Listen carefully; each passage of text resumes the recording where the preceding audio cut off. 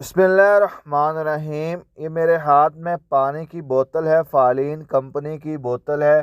یہاں پر جتنی بھی سعودی عربیہ میں پروڈکٹس بنتی ہیں ان کے اوپر عربک ضرور لکھی ہوگی اور ساتھ میں تھوڑا ہی بہت انگلش بھی ہوتی ہے۔ یہ جتنی چیزیں ہیں یوزیبل جو ہے، یوز کرنے کے بعد لوگ جو ہیں ان کو ڈسٹ بین میں پھینک دیتے ہیں، کوئی بھی ان کو سنبھال کے گھر میں نہیں رکھتا۔ یہاں پر آپ جتنی بھی چیزیں اٹھا کر دیکھ لیں، سنیکس وغیرہ، ایون کہ واش روم سے ریلیٹڈ چیزیں، ایون کہ شوز، کپڑے وغیرہ، جتنی بھی استعمال کی چیزیں ہیں ان کے اوپر عربک زبان ضرور لکھی ہوگی، کیونکہ ان کی زبان ہی عربی ہے۔ آج ہمارے ہاں حلوہ والی قمیض کو لے کر بہت زیادہ بات چیت چل رہی ہے، اور اس کو جو ہے انٹرنیشنلی جو ہے مذاق بھی بنایا جا رہا ہے کہ پاکستانی دیکھیں کس قدر جو ہے چھوٹی سوچ کے مالک ہیں۔ ان کو یہ نہیں پتہ، یہ لوگ تحقیق نہیں کرتے کہ قرآن پاک کی آیات میں اور دوسری عربی میں کتنا ڈفرینس ہے۔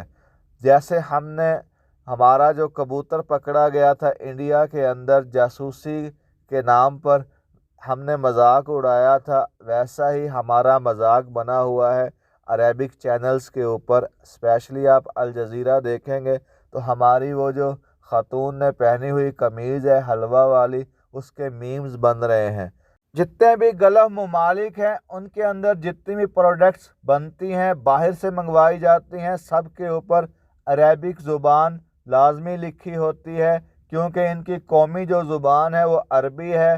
بھلے یہ لوگ فارن سے بھی پڑھ کے آ جائیں، بھلے یہ اپنی لوکل یونیورسٹیوں سے بھی تعلیم حاصل کر لیں، لیکن یہ لوگ اپنی عربی زبان کو نہیں چھوڑتے، اپنے عربک لباس کو نہیں چھوڑتے، ان کے کلچر کا حصہ ہے۔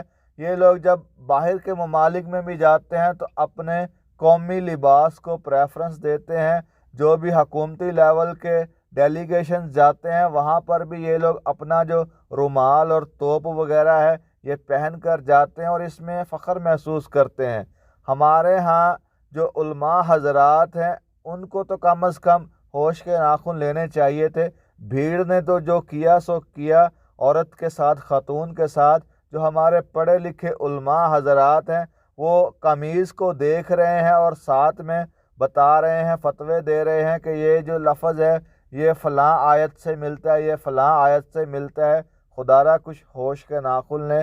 عوام جو ہے آپ کا مذاق اڑا رہی ہے، انٹرنیشنل لیول پر لوگ آپ کے اوپر ہنس رہے ہیں، تمسخر ہمارا بنا ہوا ہے۔ علماء حضرات جو ہوتے ہیں قوم کے امام سمجھے جاتے ہیں۔ جب امام ہی اس طرح کی چیزوں میں پڑ جائیں گے، اس طرح کی چھوٹی چھوٹی دقیانوسی پہ اتر آئیں گے تو سوچئے عوام کو کون گائیڈ کرے گا، عوام کو کون لے کر چلے گا۔ علماء حضرات سے گزارش ہے کہ تمسخر نہ بنائیں مزید پاکستانی قوم کا، اور جب اس طرح کی چیزیں منظر عام پر آتی ہیں تو پوری قوم کو ہی جاہل اور گوار کہا جاتا ہے۔ ایک طبقے کو پھر لوگ نہیں کہتے، پوری کی پوری قوم اس میں آ جاتی ہے۔